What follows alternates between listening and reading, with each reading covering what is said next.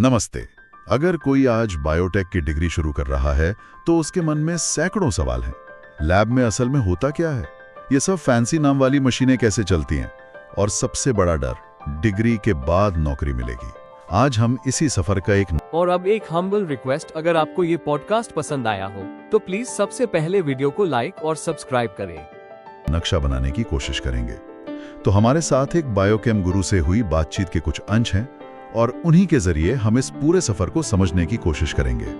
तो आज का मकसद साफ है, ये समझना कि एक स्टूडेंट के लिए ये इंटर्नशिप्स इतनी जरूरी क्यों हैं, मौके कहाँ छिपे हैं, सरकारी मदद कहाँ से मिल सकती है, और सबसे जरूरी, उन दरवाजों को खटखटाने का सही तरीका क्या है। चलिए इस पूरे प्रोसेस को जरा डीकंस्ट्रक्ट करते हैं। तो सबसे पहला सवाल, एक स्टूडेंट जो बायोकेमिस्ट्री या बायोटेक की किताबें पढ़ रहा है, उसके लिए एक असली लैब में जाके इंटर्नशिप करना इतना जरूरी क्यों है? मतलब क्लासरूम की पढ़ाई काफी नहीं है क्या?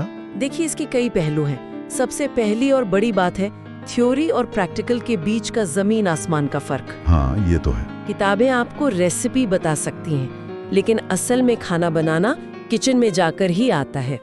एक रिसर्च सेंटर, फार्मा कंपनी या डायग्नोस्टिक लैब असल में कैसे काम करती है, उसका प्रेशर, उसकी रफ्तार, ये अनुभव सिर्फ वहीं जाकर मिलता है। और मुझे लगता है कि ये सही करियर चुनने में वो मदद करता होगा। बहुत से स्टूडेंट्स कंफ्यूज रहते हैं कि उन्हें रिसर्च में जाना है या इंडस्ट्री में। बिल्कुल, यही दूसरी सबसे बड़ी वजह है। जब तक कोई स्टूडेंट खुद अपने हाथों से प्रोटीन प्यूरिफिकेशन नहीं करता या जेनेटिक इंजीनियरिंग के किसी एक्सपेरिमेंट का हिस्सा नहीं बनता, तब तक उसे पता ही नहीं चलता कि उसका असली इंटरेस्ट किस में है। जैसे आपने कुछ स्किल्स के नाम लिए, प्रोटीन प्यूरिफिकेशन, जेनेटिक इंजीनियरिंग, आजकल पीसीआर और एलिजा जैसे शब्द भी बहुत सुनने को मिलते हैं। क्या आपने थोड़ा सरल भाषा में समझा सकती हैं? जरूर। इसे ऐसे समझिए, पीसीआर को आप एक मॉलिक्यूलर जेरोक्स मशीन कह सकते हैं। Xerox machine? हाँ, जो डीएनए के एक छोटे से टुकड़े की लाखों करोड़ों कॉपीज बना देती है। और एलाइजा वो एक तरह का डिटेक्शन टूल है जो बताता है कि आपके सैंपल में कोई खास प्रोटीन या एंटीबॉडी है या नहीं। अच्छा। कई बीमारियों का पता लगाने में ये बहुत जरूरी है। इंटर्नशिप में इन मशीनों को सिर्फ देखना नहीं, बल्कि चलाना, ट्रबल शूटिंग करना और नतीजों को समझना सीखने को मिलता है। मतलब सिर्फ मशीनों को ऑपरेट करना ही स्किल नहीं है? सही कहा। स्किल्स मोटे तौर पर दो तरह की होती हैं। एक है वेट लैब स्किल्स, जिसमें आप सच में केमिकल्स और सैंपल्स के साथ काम करते हैं, जैसे पाइपेटिंग, बैक्टीरिया की स्ट्रीकिंग, पीसीआर चलाना। ठीक है। और दूसरी है ड्राई लैब स्किल्स, जो कंप्यूटर पर होती हैं, जैसे पाइथन की बेसिक प्रोग्रामिंग से डेटा एनालाइज करना, साइंटिफिक डॉक्यूमेंटेशन या अच्छी प्रेजेंटेशन बनाना। आज की तारीख में कंपनीज को ऐसे लोग चाहिए जिनके पास दोनों का मिक्स हो। लेकिन नेटवर्किंग सुनने में बहुत कॉर्पोरेट शब्द लगता है। एक 20 साल का स्टूडेंट जो थोड़ा शर्मीला भी हो, वो किसी बड़े साइंटिस्ट या कंपनी के मैनेजर से जाके क्या बात करेगा? ये असल में होता कैसे है? ये बहुत अच्छा सवाल है। नेटवर्किंग का मतलब सूट पहनकर बिजनेस कार्ड बांटना नहीं है। नहीं, एक स्टूडेंट के लिए नेटवर्किंग का मतलब है काम के दौरान अपने सीनियर से एक अच्छा सवाल पूछना, लंच ब्रेक में दूसरे इंटर्न से उनके प्रोजेक्ट के बारे में जानना, या अपनी लैब के हेड को एक विनम्र ईमेल लिखकर उनके काम के लिए तारीफ करना। ये छोटे छोटे कनेक्शंस ही आगे जाकर बड़े मौकों का दरवाजा खोलते हैं। सही बात है। और सबसे बड़ी बात यह है कि भारत सरकार अब खुद स्टूडेंट्स को ये मौके देने के लिए बहुत मदद कर रही है। अच्छा, तो सरकार सिर्फ पढ़ाई के लिए ही नहीं, बल्कि सीधे इंडस्ट्री में घुसने के लिए भी एक तरह से पुल बना रही है। ये मुझे नहीं पता था। कौन कौन सी स्कीम्स हैं ये? कई शानदार स्कीम्स हैं। सबसे मशहूर है डीबीटी, यानी डिपार्टमेंट ऑफ बायोटेक्नोलॉजी का biotech industrial training program. Short में बीआईटीपी कहते हैं इसे। बीआईटीपी? हाँ, ये बीई, बीटेक, एमएससी या एमटेक बायोटेक के स्टूडेंट्स के लिए 6 महीने का एक कमाल का प्रोग्राम है। इसमें स्टूडेंट्स को बायोकॉन या सीरम इंस्टीट्यूट जैसी बड़ी कंपनियों में ट्रेनिंग का मौका मिलता है। और इसमें कोई फाइनेंशियल सपोर्ट भी होता है? हाँ, और यही इसकी सबसे बड़ी खूबी है। इसमें 10,000 रुपए महीने का स्टाइपेंड मिलता है। अब ये सिर्फ एक रकम नहीं है, ये एक आजादी है। सही है। छोटे शहरों से आने वाले कई स्टूडेंट्स के लिए ये स्टाइपेंड दिल्ली, पुणे या बेंगलुरु जैसे बड़े शहर में रहकर सीखने का दरवाजा खोल देता है, जो शायद वो अपने दम पर अफोर्ड नहीं कर पाते। मतलब ये सिर्फ ट्रेनिंग नहीं है, ये एक तरह से इंडस्ट्री में टेस्ट ड्राइव लेने जैसा है, बिना कोई लंबी कमिटमेंट किए। बिल्कुल। और इसके अलावा डीबीटी के अपने जो ऑटोनोमस इंस्टीट्यूट्स हैं वो भी 6 महीने से 1 साल की ट्रेनिंग देते हैं। अच्छा, यहाँ फायदा ये है कि आपको बहुत ही एडवांस्ड हाई एंड मशीनों पर काम करने का मौका मिलता है जो शायद आपके कॉलेज में ना हो। फिर एक राइज प्रोग्राम भी है जो 2-3 महीने का होता है और उसमें भी फेलोशिप के साथ हैंड्स ऑन एक्सपीरियंस मिलता है। ये तो उन लोगों के लिए हुआ जो किसी के अंडर काम करना चाहते हैं, लेकिन जो अपना खुद का कुछ शुरू करना चाहते हैं, जो अपना स्टार्टअप खोलना चाहते हैं, उनके लिए भी कोई सरकारी मदद है? बिल्कुल है। उसके लिए बायोटेक है, यानी biotechnology industry research assistance council. इसे आप ऐसे समझ सकती हैं कि ये बायोटेक स्टार्टअप्स के लिए सरकार का अपना वेंचर कैपिटलिस्ट है, जो पैसे भी देता है और गाइड भी करता है। हाँ, एग्जैक्टली। इनकी एक स्कीम है बायोटेक्नोलॉजी इग्निशन ग्रांट या बिग, जिसके तहत एक अच्छे आइडिया के लिए 50 लाख रुपए तक की फंडिंग मिल सकती है। 50 लाख, ये तो बहुत बड़ी रकम है जी। साथ ही लखनऊ, गुवाहाटी जैसे शहरों में बायोटेक पार्क्स भी हैं जो स्टार्टअप्स को लैब स्पेस और जरूरी इंफ्रास्ट्रक्चर मुहैया कराते हैं। और पोस्ट ग्रेजुएशन के लिए? उसके लिए GAT BA एग्जाम है। यह एक नेशनल लेवल का एंट्रेंस एग्जाम है जिसके जरिए देश की 70 से ज्यादा यूनिवर्सिटीज में चल रहे DBT सपोर्टेड PG प्रोग्राम्स में एडमिशन मिलता है। और साथ में सरकार की तरफ से फेलोशिप भी। हाँ। तो सरकारी रास्ते तो बहुत है, लेकिन इनके अलावा अगर किसी को इंटर्नशिप खोजनी हो तो भरोसेमंद जगह कौन सी है? सबसे पहला और प्रतिष्ठित रास्ता है academic research institutes, IISc Bengaluru, NCBS, IITs और CSIR की लैब्स।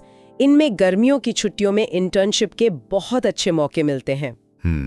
एक बहुत ही प्रेस्टिजियस फेलोशिप है IISc INSA नासी समर फेलोशिप, जिसके अनाउंसमेंट्स अक्टूबर से फरवरी के बीच आते हैं।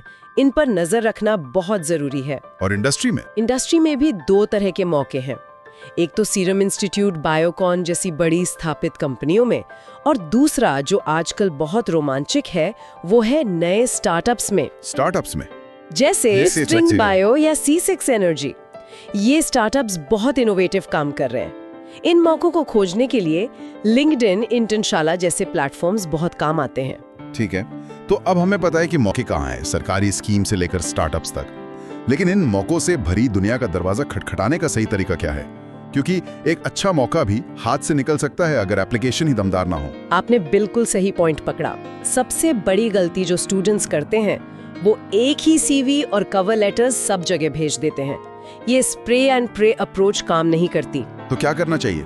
आपको एक जासूस की तरह सोचना होगा। जासूस की तरह? ये दिलचस्प है। इसका क्या मतलब है? इसका मतलब है अप्लाई करने से पहले अपना होमवर्क करें। अगर आप किसी प्रोफेसर को ईमेल कर रहे हैं तो उनके हाल के 2-3 रिसर्च पेपर पढ़िए। अपने ईमेल में उन पेपर्स का जिक्र कीजिए और बताइए कि आपको उनका काम क्यों पसंद आया। अच्छा। अगर किसी कंपनी में अप्लाई कर रहे हैं तो उनके वेबसाइट पर जाकर उनके मिशन को समझिए। ये छोटी सी मेहनत दिखाती है कि आप सच में इंटरेस्टेड हैं, सिर्फ एक और इंटर्नशिप नहीं ढूंढ रहे हैं। और CV बनाते वक्त किन बातों का ध्यान रखना चाहिए? CV 1 या ज्यादा से ज्यादा 2 पेज का होना चाहिए।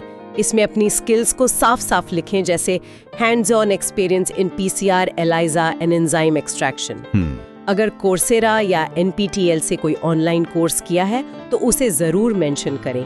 आजकल ChatGPT जैसे AI टूल्स एक अच्छा प्रोफेशनल CV बनाने में बहुत मदद कर सकते हैं, लेकिन फाइनल ड्राफ्ट हमेशा खुद चेक करें। अप्लाई करने की बात तो ठीक है, लेकिन 50 जगह अप्लाई करने के बाद जब 49 से जवाब नहीं आता तो हिम्मत टूटने लगती है। इस रिजेक्शन को कैसे हैंडल करें? ये एक बहुत जरूरी सवाल है। पहली बात, इसे पर्सनली ना लें। हो सकता है उस लैब में उस वक्त फंड्स ना हो या जगह ना हो। सही है। दूसरी बात, एक गूगल शीट बनाकर सब कुछ ट्रैक करें। कहाँ अप्लाई किया, कब किया। अगर 10-14 दिन में जवाब ना आए तो एक बहुत ही विनम्र फॉलोअप ईमेल भेजें। कभी-कभी प्रोफेसर्स बहुत व्यस्त होते हैं और आपका ईमेल नीचे चला जाता है। एक फॉलोअप अक्सर काम कर जाता है। और अप्लाई करने का सही समय क्या होता है? हमेशा जल्दी शुरू करें।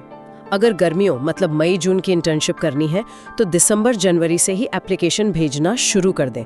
और सर्दियों की इंटर्नशिप के लिए जून-जुलाई सही समय है। अच्छी जगहों पर सीटें बहुत जल्दी भर जाती हैं। एक आखिरी सवाल इस पे। कई बार स्टूडेंट्स स्टाइपेंड ना मिलने की वजह से अच्छे मौके छोड़ देते हैं। क्या शुरू में बिना स्टाइपेंड वाली इंटर्नशिप करना सही है? मेरी सलाह है कि अगर घर वाले सपोर्ट कर सकते हैं तो शुरुआत में बिना स्टाइपेंड वाली इंटर्नशिप से ना डरें। पहला लक्ष्य सीखना और कनेक्शन बनाना होना चाहिए, पैसा कमाना नहीं। अनुभव पैसे से ज्यादा कीमती है। ऐसी कई कहानियां हैं। एक बार आपके सीवी पर एक अच्छा नाम और अच्छी स्किल्स आ जाएं, तो पैसे वाले मौके खुद ब खुद मिलने लगते हैं। तो इन सब का निचोड़ क्या है? अगर हम भविष्य की तरफ देखें तो बायोटेक्नोलॉजी का अगला दशक कैसा दिखता है? कौन से ऐसे एरियाज हैं जो दुनिया पर हावी होने वाले हैं? भविष्य बहुत ही ज्यादा रोमांचक है। मैं 5 बड़े क्षेत्रों को देखती हूँ जो अगले दशक को डिफाइन करेंगे। पहला है जेनेटिक इंजीनियरिंग और क्रिस्पर टेक्नोलॉजी। क्रिस्पर का नाम तो बहुत सुना है, लेकिन इसमें नया क्या हो रहा है? इसे ऐसे समझिए, अगर ओरिजिनल क्रिस्पर एक कैंची की तरह थी जो डीएनए को सिर्फ काट सकती थी, तो अब जो बेस एडिटिंग आई है वो एक पेंसिल और इरेजर की तरह है। पेंसिल और इरेजर? हाँ, जो डीएनए के एक एक अक्षर यानी बेस को बदल सकती है। और अब जो प्राइम एडिटिंग आ रही है वो तो कंप्यूटर के फाइंड एंड रिप्लेस कमांड की तरह है, पूरे के पूरे शब्द या वाक्य को सटीकता से बदल सकती है। कमाल है। ये जेनेटिक बीमारियों के इलाज में एक बहुत बड़ा लीप है। ये तो वाकई कमाल है। और दूसरा क्षेत्र कौन सा है? दूसरा है सिंथेटिक बायोलॉजी। इसमें हम बैक्टीरिया या यीस्ट जैसे सूक्ष्म जीवों को इंजीनियर करके उनसे अपनी जरूरत की चीजें बनवाते हैं, जैसे बायोफ्यूल, दवाइयाँ या फिर ऐसे बैक्टीरिया जो प्लास्टिक को खा सकें। ये सस्टेनेबल मैन्युफैक्चरिंग का भविष्य है। और स्वास्थ्य के क्षेत्र में जेनेटिक इंजीनियरिंग के अलावा तीसरा बड़ा क्षेत्र है रीजेनरेटिव मेडिसिन।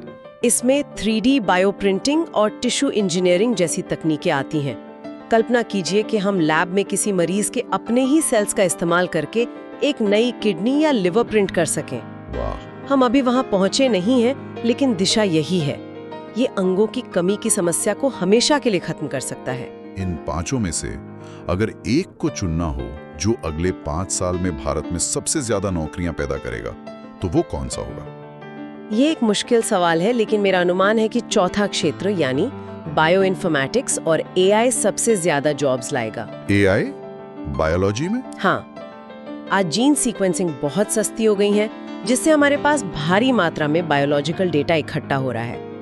इस डेटा से मतलब निकालने के लिए, नई दवाएं खोजने के लिए और हर मरीज के लिए पर्सनलाइज्ड इलाज बनाने के लिए हमें एआई और डेटा साइंटिस्ट की जरूरत पड़ेगी। ये एक ऐसा एरिया है जहां बायोलॉजी और कंप्यूटर साइंस मिलते हैं और यहां ग्रोथ की बहुत बड़ी संभावना है। और 5वां और आखिरी क्षेत्र?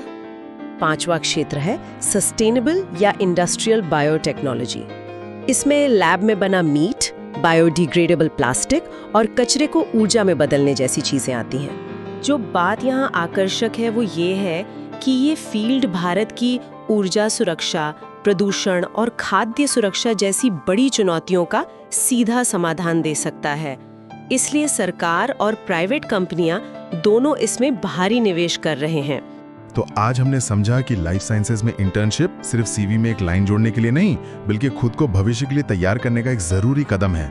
हमने सरकारी और प्राइवेट सेक्टर के मौकों को जाना और एप्लीकेशन के सही तरीके को भी समझा। एक अंतिम विचार ये है कि बायोटेक का अगला दशक भारत का हो सकता है। हमारे पास टैलेंट है, सरकार का फोकस है और एक बढ़ता हुआ स्टार्टअप इकोसिस्टम है।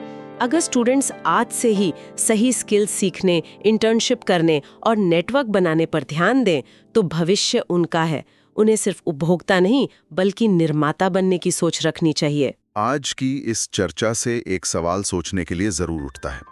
भविष्य की इन 5 technologies, genetic engineering, synthetic biology, regenerative medicine, AI और सस्टेनेबल बायोटेक में से कौन सी एक टेक्नोलॉजी भारत की किसी एक सबसे बड़ी चुनौती, चाहे वो स्वास्थ्य हो, प्रदूषण हो या खाद्य सुरक्षा, को हल करने की सबसे ज्यादा क्षमता रखती है?